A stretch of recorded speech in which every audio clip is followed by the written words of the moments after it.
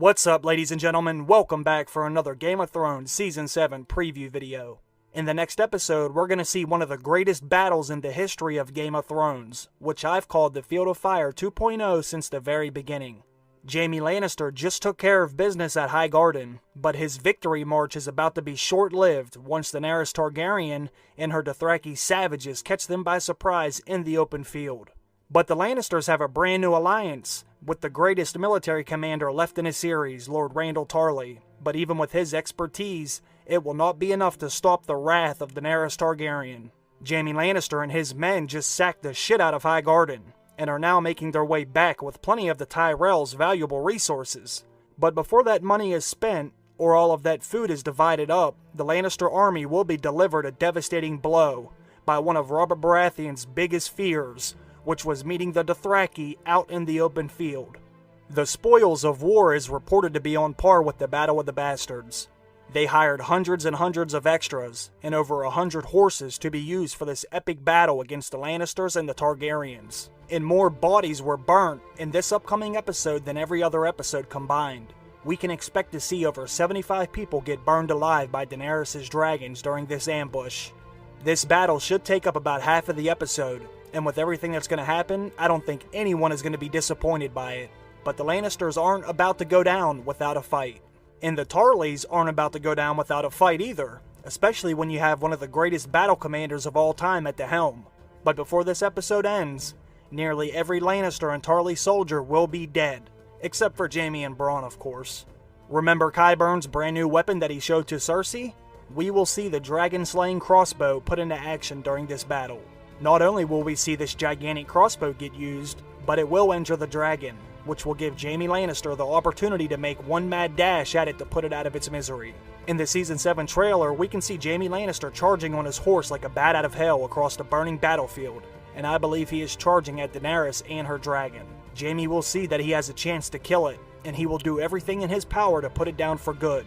But at the last moment, I think the dragon will turn its head right at Jaime and breathe its fire right at him, and nearly kill him, but Jaime will be saved just in time by Bronn. But let me explain how this is going to happen. There is another scene from the Season 7 trailer that shows someone diving into some water, and fire shoots out above. I believe that is Jaime Lannister getting tackled or pushed into some water by Bronn, right before the dragon completely ignites his one-handed ass in flames. When the trailer came out, everyone said this is Theon jumping into some water, which wasn't a bad guess, but I made a video and I provided a good bit of solid evidence that I thought that proved this was going to be Jaime and Bronn during the Field of Fire. But let's take a closer look at this clip one last time before episode 4 airs. Right before this person goes into the water, if you look out above it, you can see what I think is sunlight shining through the water. Some people told me it was moonlight shining through, but I think that's sunlight. We already saw Theon jump into the water at night, and they never showed him jumping into the water from this angle. As we can see from the preview footage, this battle against the Lannisters and the Dothraki will take place during the daytime, which is why I think that's sunlight coming through. And I think that's dragonfire shooting across the water that just misses Jaime and Bronn. If you slow it down and look closely, you can see that that fire shoots across the water in a straight line, the same way Drogon's fire shoots out in a straight line, just like we've seen him do before. This is going to be a pretty badass scene. When I saw Jaime charging across the burning battlefield, I got so excited to finally see Jaime take charge and put his fighting skills to good use, other than fighting Ned and Brienne. Jaime looks like an absolute madman charging at Daenerys and her dragon. And this takes a lot of balls when you know once that dragon sets its eyes on you, it's a wrap. And Jaime would get cooked alive inside of that armor if it wasn't for Bronn, who's going to be here to save him just in time. I've been looking forward to the spoils of war ever since I first caught wind of how much the budget they were going to be spending on this episode, and more specifically this battle sequence. This is going to be an absolute bloodbath. You have to keep in mind how pissed Daenerys Targaryen is right now.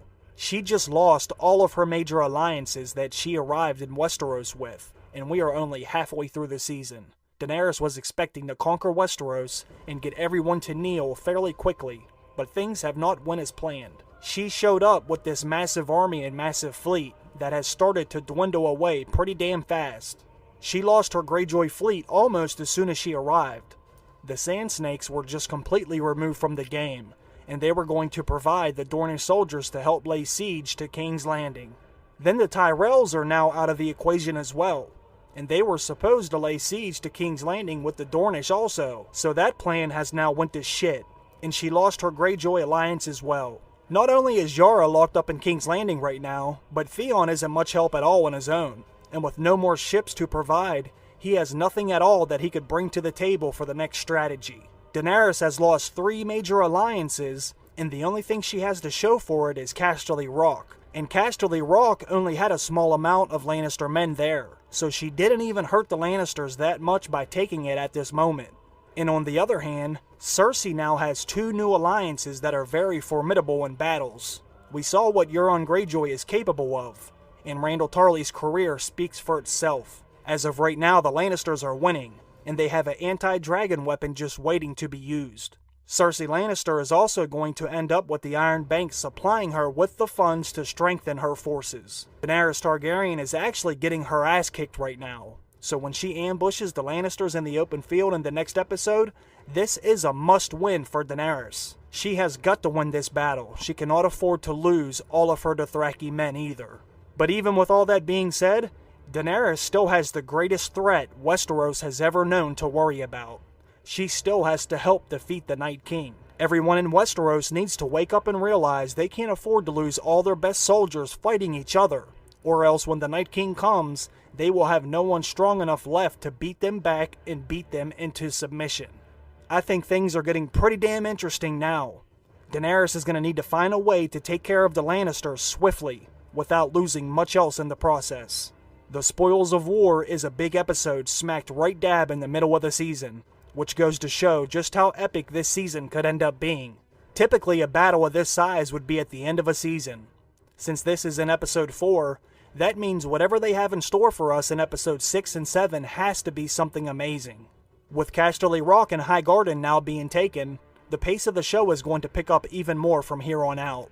The struggle for who has control of the 7 kingdoms is underway, and Daenerys is feeling the power shift. It seemed as if Daenerys was going to be an unstoppable force, but Cersei has shown us once again that she is more resilient than given credit. And the only way Daenerys will ever get full control of the 7 kingdoms is if she can deliver a knockout blow to the crown that Cersei continues to wear, and it is about to shift gears in the next episode. Jaime Lannister is also proving to be very useful, even with only one good hand, and when he sees the dragon in a vulnerable position, he's going to have the taste of victory right on the tips of his golden fingers once again. But coming face to face with the dragon's fire is going to humble his ass real quick. But it's going to be interesting to see how the Lannisters make their adjustments after this.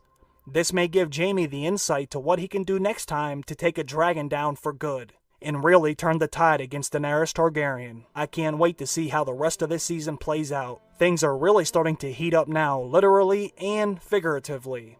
But comment down below with your questions and thoughts. Let me know what you thought about episode 3, and let me know what you think's going to happen in episode 4. Do you think that's Jaime Lannister avoiding the dragonfire in the clip above? Or do you still think that's Theon or somebody else? Let me know down below. I'm going to work on my breakdown for episode 3 right now, and I'm going to have that video up within the next 15 hours of you listening to this one. I just want to say thanks for stopping by the channel and checking out this video.